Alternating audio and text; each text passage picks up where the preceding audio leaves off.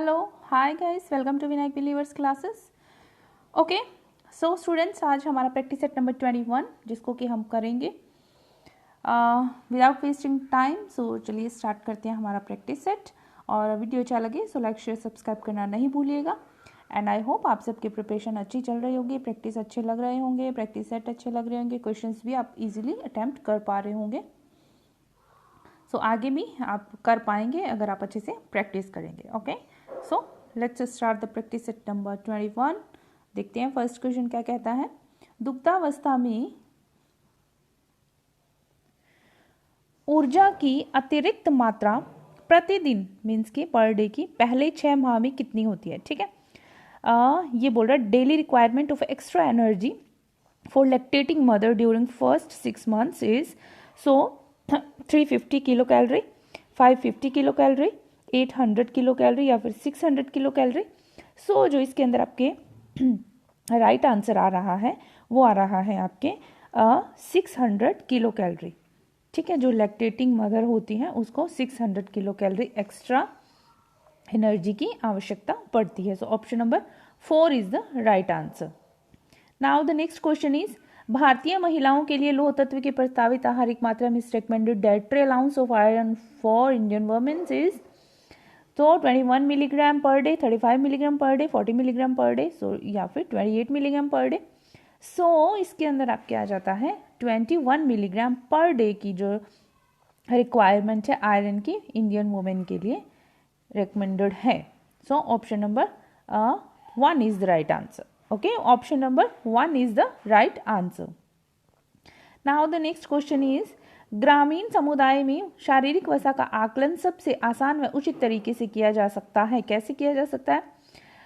Means कि in rural community body fat is most conveniently and appropriately estimated by body weight, weight for height, body mass index या फिर chest circumference. सो आपके इसके अंदर जो right answer आ जाता है वो है BMI मीन्स कि बॉडी मास इंडेक्स जो है उसके द्वारा आसानी से किया जा सकता है जो बॉडी फैट की का जो आकलन है। ठीक है, तो ऑप्शन नंबर आपके इसमें आ जाता है option number 3 is the right answer. BMI means कि जिसको हिंदी में बोलते हैं शारीरिक द्रव्यमान घातांक।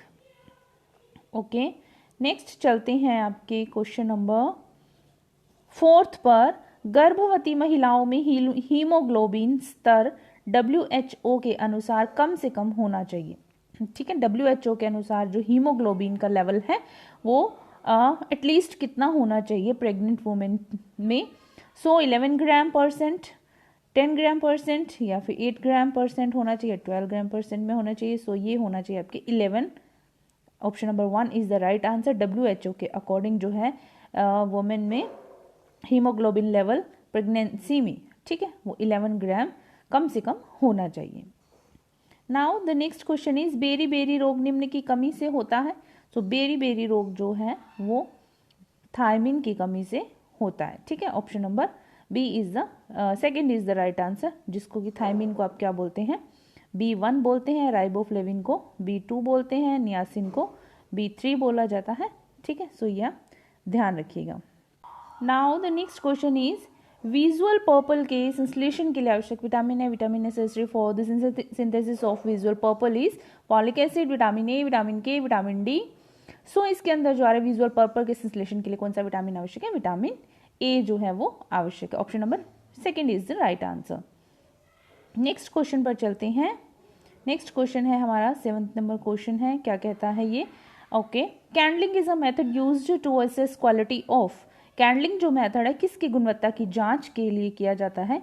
सो आई थिंक आपको पता होगा कैंडलिंग जो है वो एग की जो गुणवत्ता है उसकी जांच के लिए ये मेथड यूज किया जाता है। So option number 4 is the right answer, egg की गुणवत्ता की जांच के लिए। Okay now the next question is pasteurisation process of milk occur at temperature and time. दुग्ध के पाश्चरीकरण की प्रक्रिया के लिए तापमान में समय अवधि जाननी है। ठीक है, तो वो कौन सी है? 62.8 डिग्री सेल्सियस 30 मिनट के लिए, 71.7 डिग्री सेल्सियस 15 मिनट के लिए, 72 डिग्री फ़ारेनहाइट 15 सेकेंड के लिए, या फिर 62.8 डिग्री फ़ारेनहाइट 30 मिनट्स के लिए।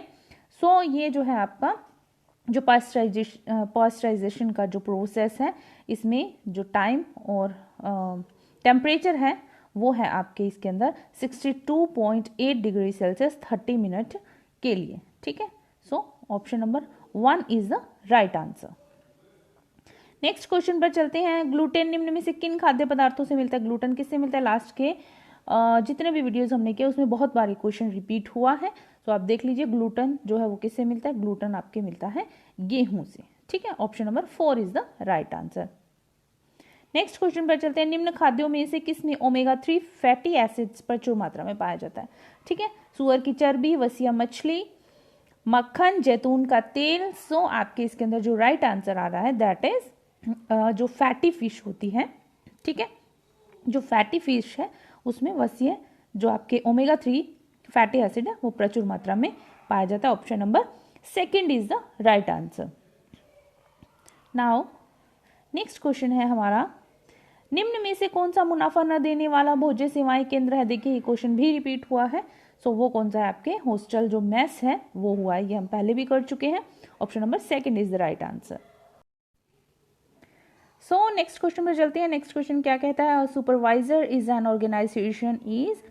सो supervisor is an organisation is पर्यवेक्षक का एक संगठन में होता है। ठीक है, top line manager, middle line manager, first line manager, या फिर none of the above. So जो इसका राइट आंसर आ रहा है वो आ रहा है फर्स्ट लाइन जो मैनेजर है, प्रथम श्रेणी प्रबंधक जो है पर्यवेक्षक एक संगठन में होता है। ठीक है, जो प्रथम श्रेणी प्रबंधक होता है। ठीक है, सो ऑप्शन नंबर जो 3 आ रहा है वो राइट आंसर है। Option number 3 is the right answer. Next question है, बही खाता क्या है? ठीक है, बही खाता मीन्स कि a ledger is a cash book, balance sheet, journal, या फिर principal book of account.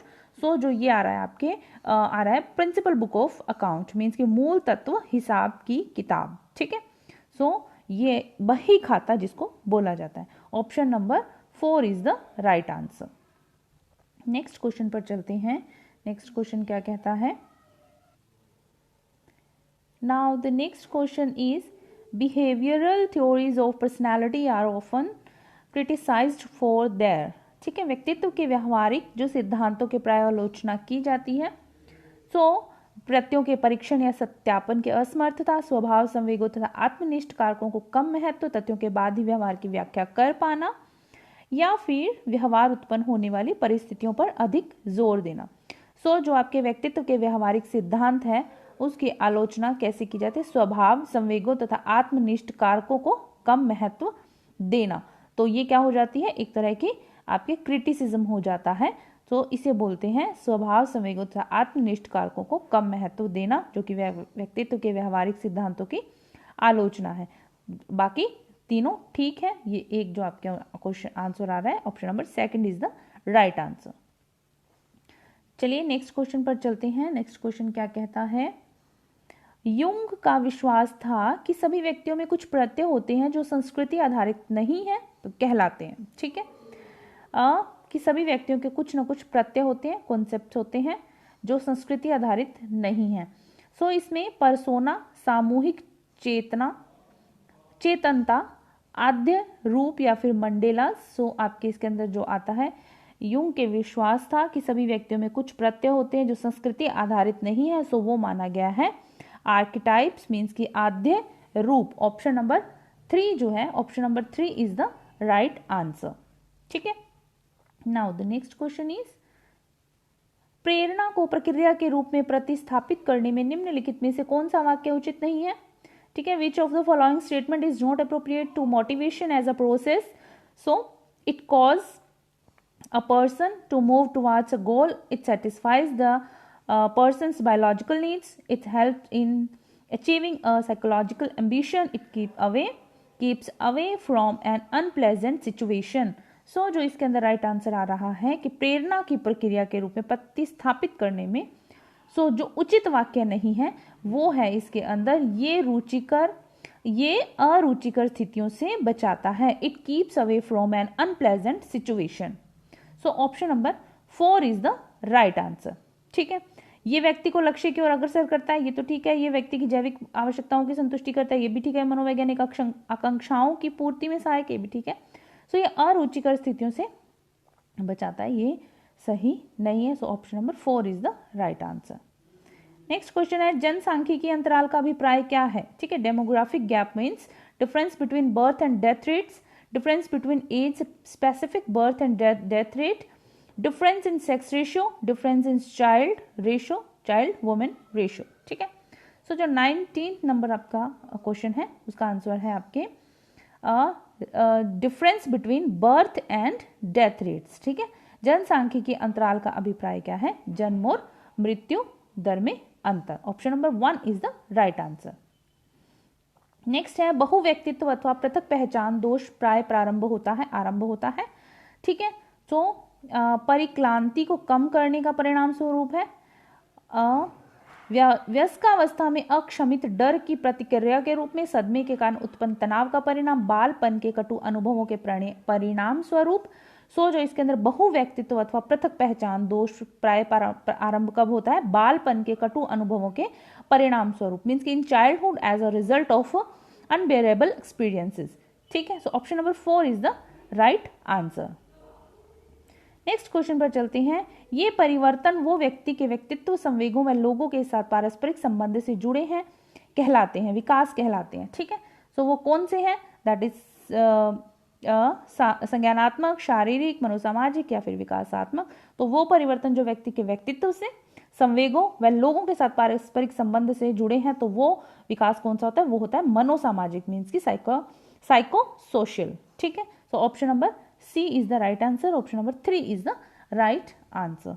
Next question पर चलते हैं, मानव अधिकारों की सार्वभौमिक घोषणा में कितने अनुच्छेद हैं? ठीक है, तो आपके 30, 24, 20 या फिर 36। तो जो आपके how many articles are there in Universal Declaration of Human Rights? So that is 20। ठीक है, दैट इज 20 नहीं 30 is the right answer. Okay, जो Universal Declaration of Human Rights है वो है आपके 30। Option number 1 is the right answer. Next question पर चलते हैं, अवलोकन अधिगम की धारणा किसने दी थी? Who gave the observational learning concept? Observational learning concept आपके दिया था बैंडुरा ने। ओके, सो आपके option number 1 is the right answer.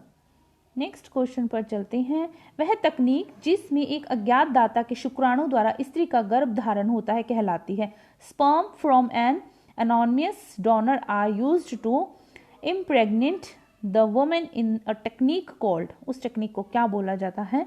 तो उस टेक्निक को आपके बोला जाता है artificial insemination. Okay, artificial insemination means कि कृत्रिम बीजा रोपण बोला जाता है उसको। ठीक है, आर्टिफिशियल रूप से जो प्रेगनेंसी होती है।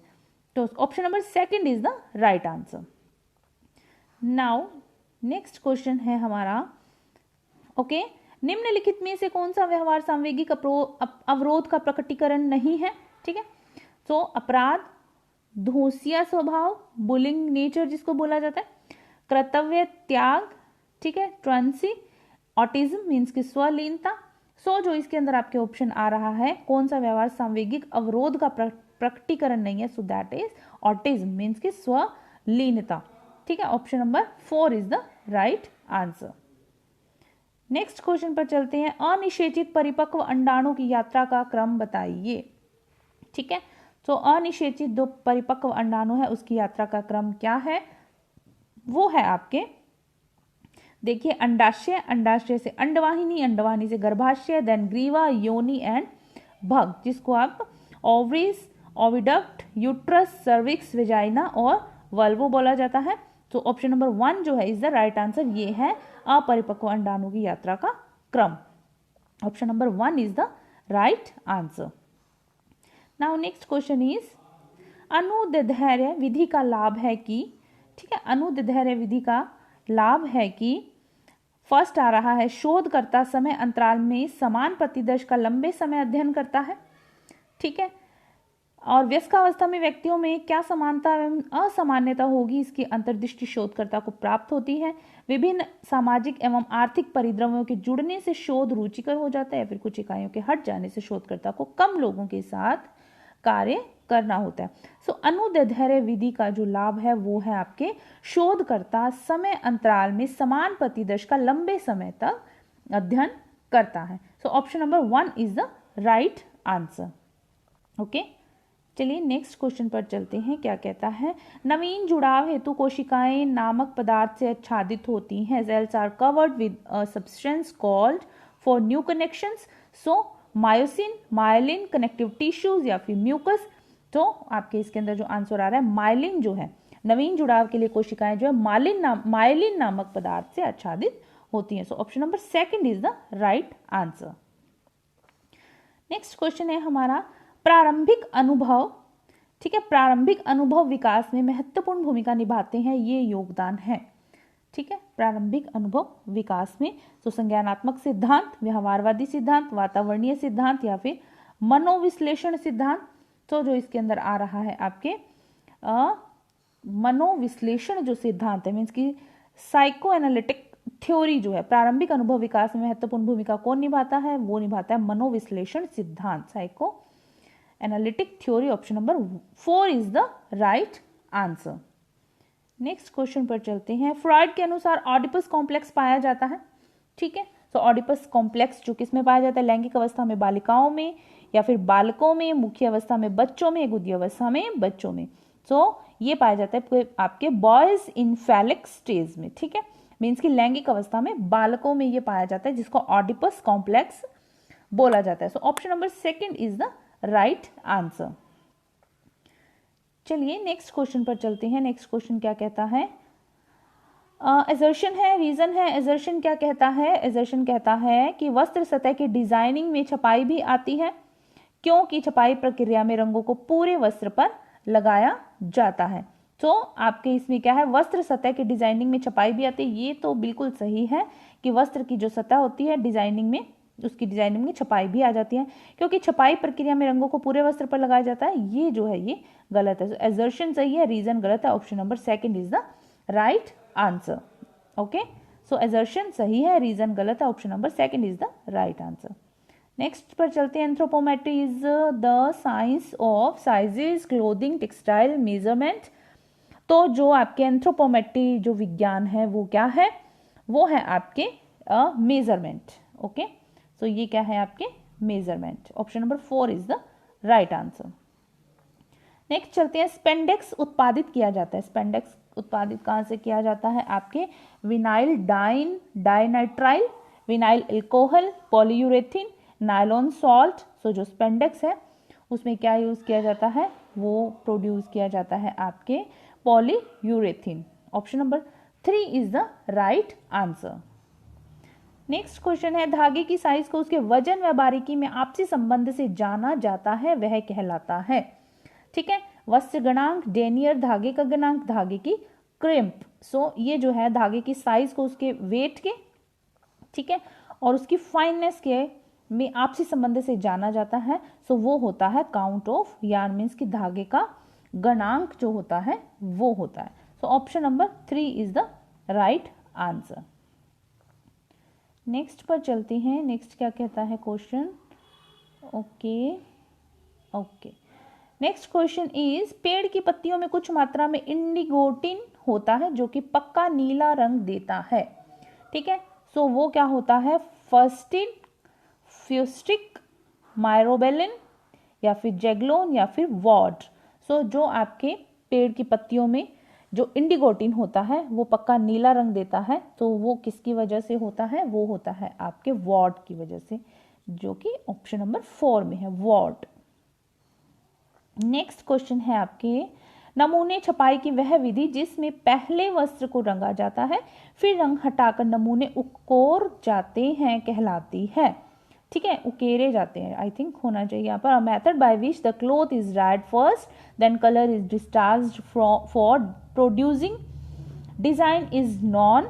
सो इसमें क्या आ रहा है, डुप्लेक्स जो प्रिंटिंग है या फिर बाटिक प्रिंटिंग, डिस्चार्ज प्रिंटिंग या फिर डॉप प्रिंटिंग। सो जो इसके अंदर आंसर आ रहा है आपके वो आ रहा है डिस्चार्ज प्रिंटिंग, जिसमें नमूने की छिपाई की वह विधि है जिसमें पहले तो वस्त्र को रंगा जाता है, देन रंग को हटाकर नमूने बनाए जाते हैं। सो दैट इज डिस्चार्ज छपाई। Option number 3 is the right answer. Now the next question is सफेद मलबर पर सफेद रंग से की गई कशीदाकारी कहलाती है।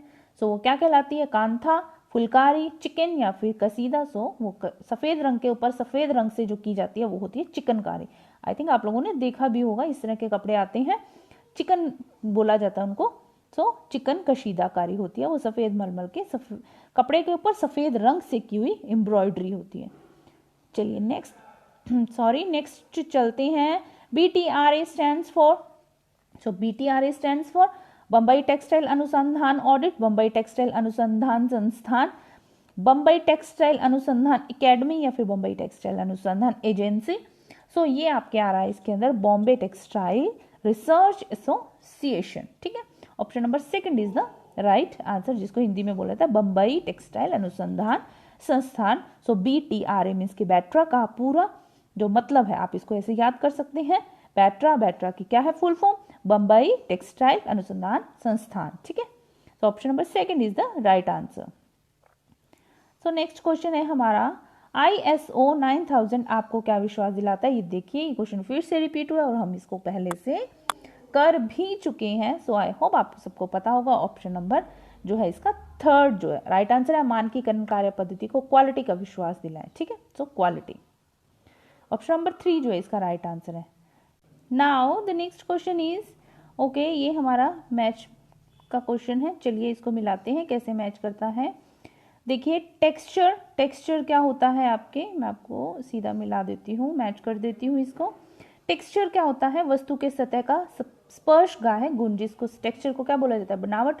और कोई भी वस्तु है उसके टच करने पर हमें उसका खुरदरापन है या सॉफ्ट है ये फील करवाता है, तो स्पर्शगाह गुण वो होता है टेक्सचर। डिजाइन होता है वस्तु की बाहरी सतह पर अलंकरण करना। ठीक है, डिजाइन बनाना। प्राकृतिक नमूने सब जानते हैं कि सेकंड से मैच करें, सामान्यतः फूलों और पशुओं के चित्र और आकार जो है वो 2 या 3 आयामी क्षेत्र या आकार। आई थिंक ये क्वेश्चन भी रिपीटेड है। ठीक है, सो ध्यान रखिएगा, देखिए इस तरह से क्वेश्चंस रिपीट होते हैं। सो ये आप मिला लीजिएगा, देख लीजिएगा। ठीक है, सो स्टूडेंट ये था हमारा आज का वीडियो, आज के क्वेश्चंस। आई होप आप सबको अच्छे लगे होंगे, पसंद आए होंगे, प्रैक्टिस के लिए आपको बहुत हेल्पफुल भी रहे होंगे। So thank you so much for watching my video. बने रहिए मेरे साथ, पढ़ते रहिए, प्रैक्टिस करते रहिए, कहीं ना कहीं आपको ज़रूर हेल्प मिल रहा होगा और आपको एग्जाम में हेल्प भी मिलेगा। सो ज़्यादा से ज़्यादा लाइक शेयर सब्सक्राइब कीजिए और अपने तक ही नहीं रखिए, इसे आप शेयर कीजिए ताकि दूसरों को भी इससे हेल्प मिल सके। Okay, so thank you so much. God bless you all. Bye.